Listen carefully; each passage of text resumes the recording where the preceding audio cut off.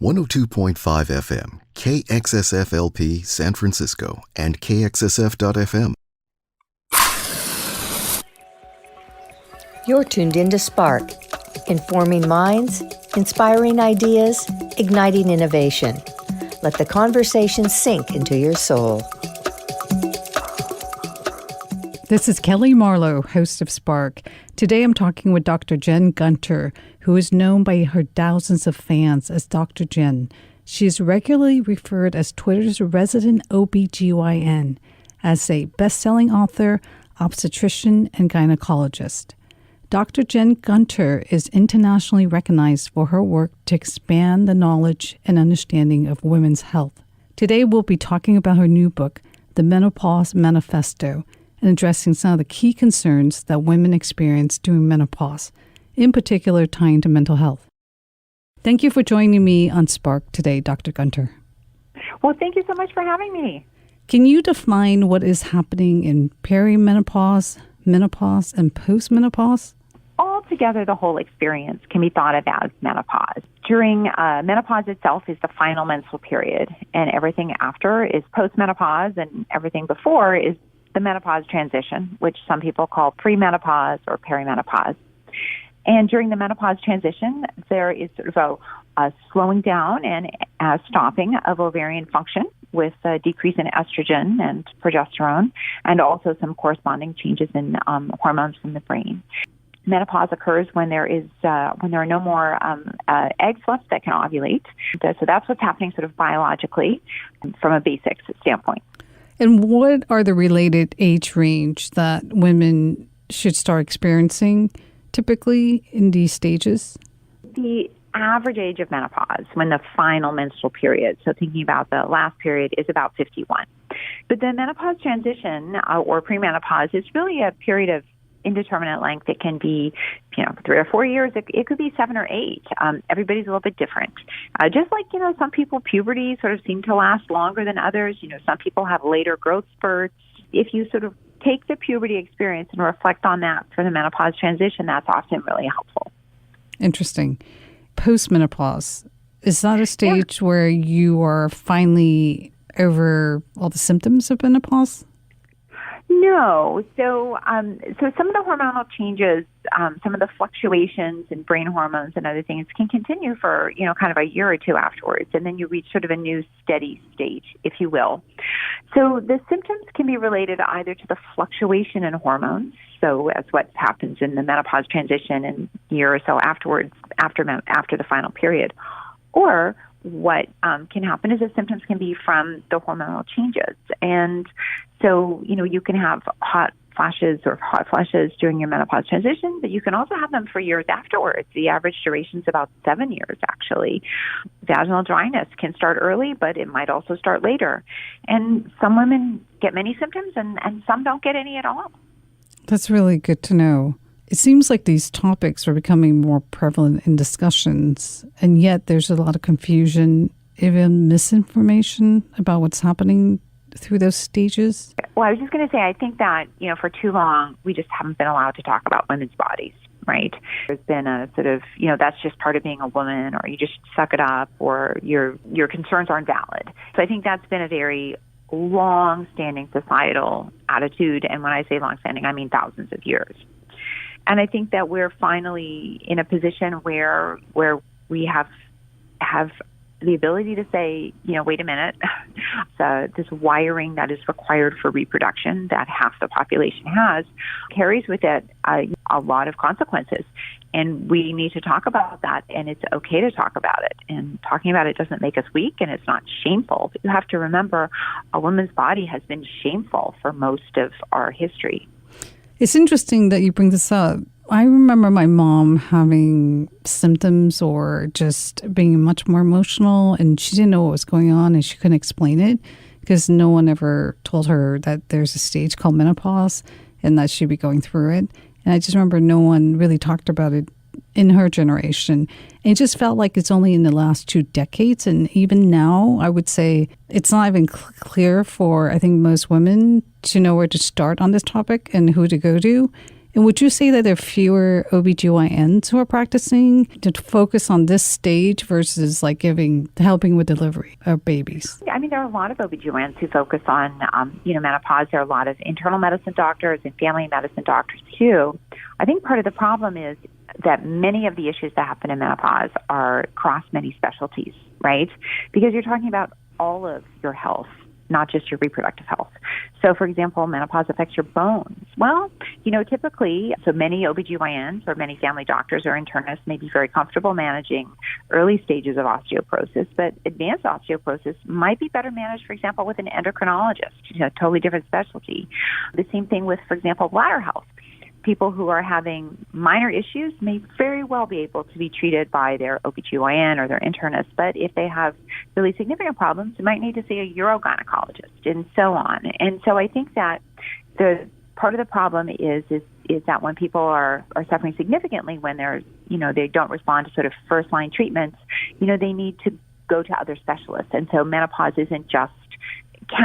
all of the ramifications can't possibly be treated by one person. That would be like asking every single thing that could happen to you as an adult to be treated by one physician. If I were in menopause and I'm experiencing multiple range of symptoms, you're saying that I need to consider seeing specialists for the various areas that I feel most affected by? No, not at all, actually. I think that you should talk to the doctor who does most of your care about your symptoms, and they may very well be able to help you. But if they can't, they may also need to be able to refer you on. Many OBGYNs are very competent in, managing menopause, many of the menopause. But if you're having an advanced problem, meaning you've developed more issues, they may not be able to. The idea that we can ask one physician to manage every possible thing in menopause just isn't possible. In the same way, your pediatrician can't manage every single thing that happens to your child. Sometimes a specialist needs to get involved. What are the most common misconceptions about menopause? One of the biggest ones is that women become frail and lose their value in society. So that's definitely a sort of a misconception. I think the concept that every single person is going to have terrible hot flashes. 25% of people really have very few symptoms. I think another big misperception is that the brain fog that some people describe in menopause is going to become permanent or is a sign of dementia, and that's not the case. It's a sort of a temporary change in the system that will right itself over the next year or two. How do you know the difference between brain fog that's tied to gut health and brain fog that's tied to menopause? Well, if you're having symptoms, then you go to your doctor. And so, for example, depression could result in symptoms that might sound like brain fog, and so you would be screened for that. But brain fog is not a sign of dementia. So I think that's a really important thing, right? That's a different thing. If people are having true significant memory problems and there is a concern about early dementia, then they need to be screened for that. Many of the symptoms that happen in menopause are similar to the symptoms of aging as well. So sometimes it can be hard to settle out. If you're in your mid to late 40s, then all of a sudden you find that you're struggling a little bit with finding words or feeling like your brain's not working as it should, well, you should be seen by your doctor because there's lots of things that can do that. For example, your thyroid, you could have depression. So those things need to be screened for. And if you have the other medical things ruled out, then it's entirely possible it could be related to menopause. And then, reassurance is what you would, it would be the next step. What are the most common symptoms of menopause? Well, the universal symptom that is experienced almost by everybody in the menopause transition is menstrual irregularities. So leading up to menopause, skipped periods, heavy periods, bleeding between periods. Now, the degree to which that happens can vary. Hot flushes happen for about 75% of people, so that's a very common symptom as well. Many women also notice a little bit of a redistribution in fatty tissue, so they have they notice more fat around their middle versus elsewhere, and that also is a consequence of sort of the cascade of hormonal changes and loss of muscle mass. That accelerates during the menopause transition, and that's why it's so important for women to be physically active because they can help slow their loss of muscle mass. Would you say it would take more exercise than before to stay in the same health range that they were? Well, it depends on what your level of exercise was before. Physical exercise is the best way to maintain muscle mass. Everybody loses muscle mass with age, even elite athletes do. So an elite sprinter will not be able to sprint in their 60s the same way they could in their 30s, even if they have the same training program. But if people are not active at all or very inactive, they're going to have a more rapid decline. And so, increasing your physical activity is something to help slow that. And there's a lot of data to show that actually weights can be very helpful. Weight-bearing exercises are very important, but even taking on a program of really trying to increase muscle mass can be very beneficial for many women. What about diet then during this time? Just eating a healthy food. A healthy, well-balanced diet is what you need. There's no special foods for menopause. What's healthy when you're 35 is what's healthy when you're 50. I think you want to focus on a high-fiber diet. You want to focus on minimal processed foods, ultra-processed foods, making sure that you're getting enough omega-3s. The most important thing for menopause and diet is really calcium intake, to make sure that you're getting 1,200 milligrams of calcium a day. If you're not, then you may need a calcium supplement. You were skeptical of the peddling of certain products tied to women's health. What are your concerns tied to this phase? Basically, what should women avoid? Yeah, so whenever there's gaps in medicine or gaps anywhere, that's when predators come in. And so there are a whole range of supplements that are marketed to women in menopause that claim to be able to treat certain symptoms or have health benefits, the majority of which are unstudied. And there are also claims by compounded hormones that people that sell and doctors who prescribe compounded hormones. Again, these products are untested and from a compounded hormone standpoint are less safe than standard prescription pharmaceuticals. Women may be getting too much or too little of the hormones. And with supplements, it's important to remember, and I'm not talking about, taking a calcium if your diet is low in calcium or taking an omega-3 supplement if you don't eat fatty fish. I'm talking about these sort of products aimed specifically at menopause. Supplements are the leading cause of medication-related liver failure, and many of them don't contain what they claim. Many of them can't help the symptoms. There's, no biological, basis to it. Some of them have concerning adulterants. So many of them have designer steroids or thyroid hormone or actually have estrogen in them. And so if you're feeling better, it's because you're taking a pharmaceutical that's in there in a clandestine fashion, and so potentially exposing you to risk. Are there supplements that are beneficial? Not the kind of supplements that most people are thinking about, like support your ovary or support your menopause, but a calcium supplement can be helpful. Some people may need an omega-3 supplement. There's a few so-called natural products. How you define natural obviously varies. That may be helpful. So there's an over-the-counter phytoestrogen supplement called S-Equal. There's some low-quality data that it might help some women with hot flushes. There's a product called Valensin, I think that's how you pronounce it, that can also be helpful for hot flushes. But those are really the only two. Everything else has not been shown to be helpful. D-mannose, which is a supplement, is actually can be helpful for reducing the risk of recurrent bladder infections. But I think it's really important that people understand that, supplements should have the same scrutiny as pharmaceuticals. If it's helping you, it means that there's an active ingredient, and we should never give that product a pass that active ingredient is safe or effective. What are the most common hormone disruptors that we need to be aware of? You may cause our estrogen or just our hormones to kind of go out of whack. Are there certain disruptors that we need to think about? Endocrine disrupting chemicals are a high exposure in early life may have an impact on the age of menopause. Endocrine disrupting chemicals can be found in pesticides and plastics. They're also found in lavender. The ones that's the most concerning are the PFAS, which are the per and polyfluoroalkyl substances, and they are linked with an earlier age of menopause. They can be used in nonstick cookware and water-repellent clothing and things like that. A couple of them have been linked with an earlier age of menopause, but the two that have been linked are no longer in production in the United States, but they certainly could be imported products. The problem is they can also be in the water table because, legacy from environmental waste.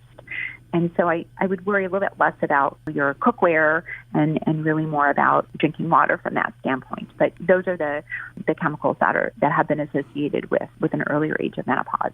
But probably the most important endocrine disrupting chemical is everything that's cigarette. Does that mean that we should be focused on drinking filtered water? No, it doesn't. I think that it just means that we should have standards, and we should make sure that the Environmental Protection Agency and government agencies are paying attention to what's in our water. I'm not an expert in water management, so I certainly can't tell you what's in the water here in San Francisco versus what might be in Kansas City. And I think it's also important to remember that how do you know that bottled water is safer than what's coming out of your tap? What's coming out of your tap is at least being tested.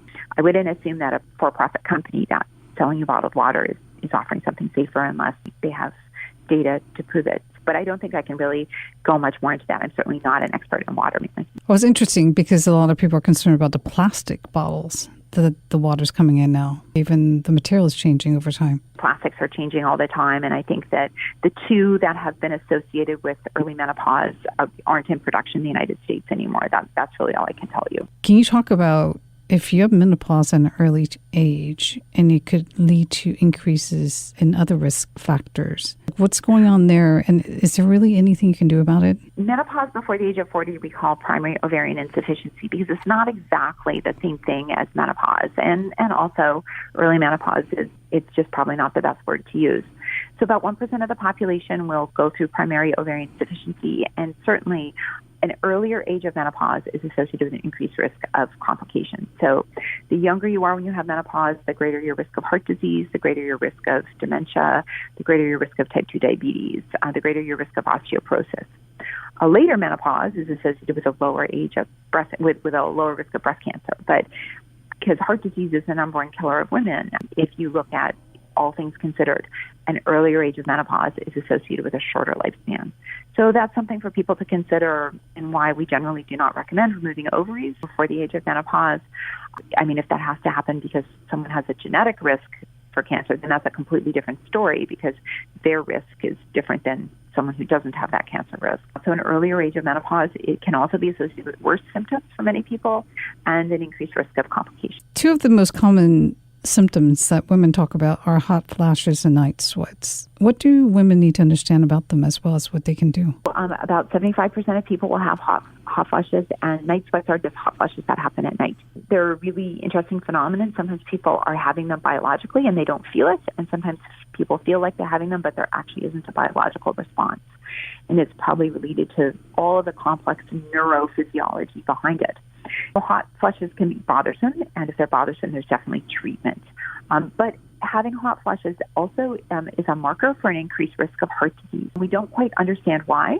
So if you're someone who's really plagued with hot flushes, then it's even more important for you to make sure that you get your blood pressure checked and your cholesterol checked, and that you try to focus on a heart-healthy diet and things like that, exercise as well.